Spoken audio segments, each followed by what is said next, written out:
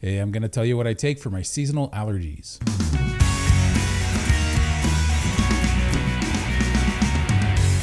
Hey, with Shake and Bacon, I hope you're doing well. So even though I'm carnivore, my allergies have gotten dramatically better, but they're not gone. Now, I've taken Adrenomed, and that's a supplement that helps support the adrenal gland because in naturopathic medicine, they believe allergies come from the exhausted adrenals. So I was diagnosed with exhausted adrenals years ago, probably about 20 years ago. Anyway, what I do is I take high dose vitamin C.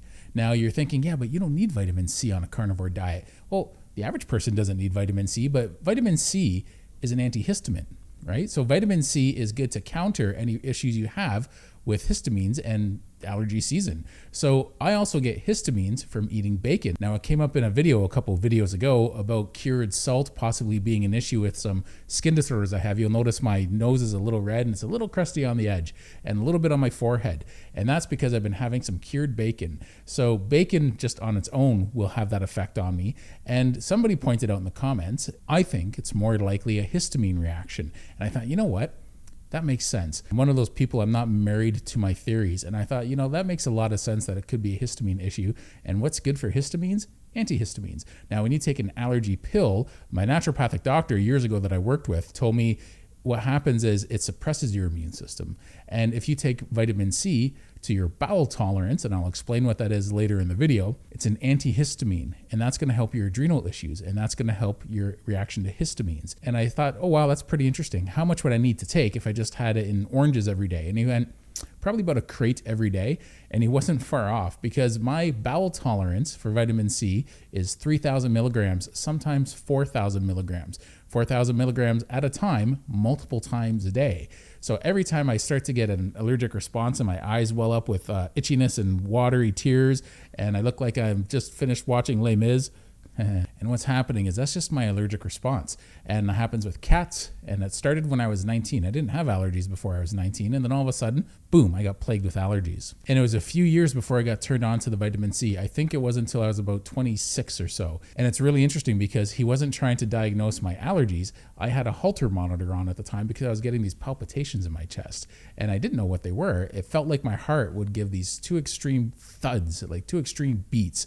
And it was right after a sensation of adrenaline in my chest. I ended up running into him in the hallway and he said, yeah, it's your adrenal gland. He said 8 times out of 10, when people think they're having heart palpitations, it's often the adrenal gland.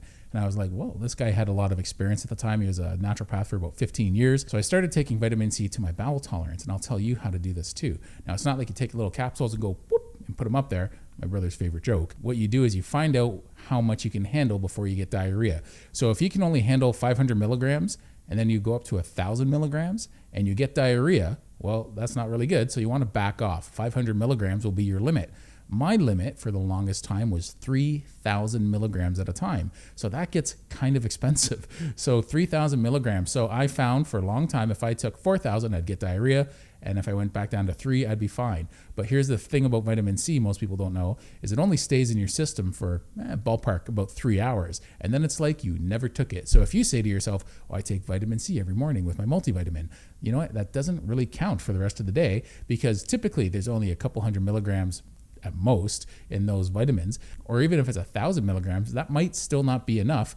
And you need to take it frequently through the day because it only lasts such a short time in your system. So vitamin C gets absorbed in the small intestine. So it's got to make it through the stomach acid, get in there, dissolve, and then it gets absorbed. And then all's good in the world because if you're having any histamine reactions, they go away. So it's great whenever I'm around a cat or this time of year with my seasonal allergies. Now, this is a little weird because right now is around that time of year where my seasonal allergies start to become an issue. And so far, they've been extremely minor. So during that week, I only have 1 week of allergies typically nowadays, between 7 to 10 days. During that time, I'm typically taking vitamin C up to about 6,000 to 7,000 milligrams of vitamin C multiple times a day. And because it's my allergy season, going 3, sometimes 4 hours between taking vitamin C doesn't work. I have to take it every 2 hours. Now that's my particular bowel tolerance with vitamin C when I'm having a histamine issue.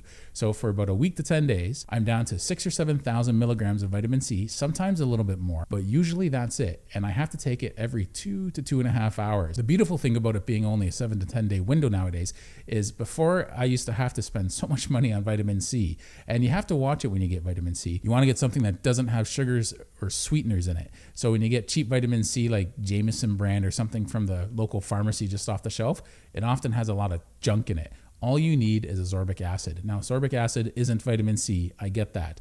But for the vast majority of people, it'll do the job. So vitamin C is really expensive if you want to buy pure vitamin C. And when you're going through as much as I typically go through, it's not really a good way to go.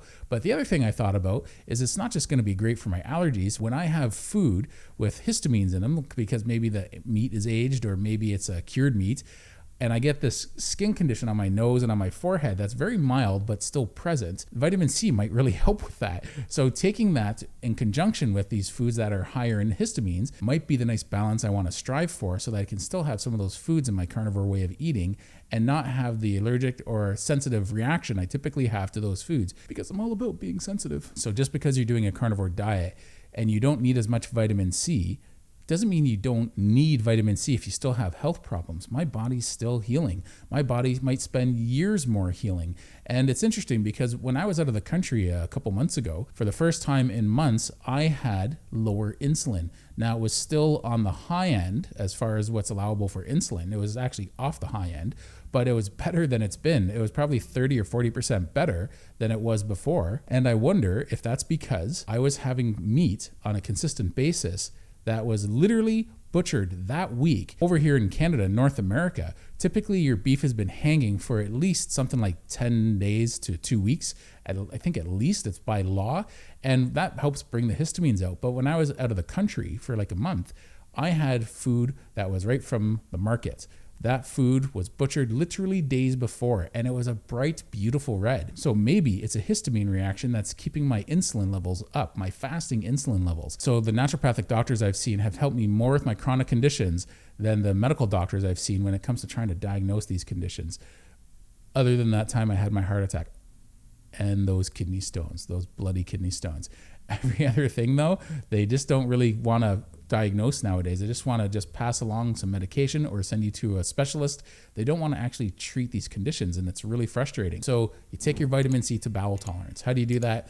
You keep taking it each time at a higher dose until you get diarrhea from it, and then you back off one. And then you take it at least 3 or 4 times a day.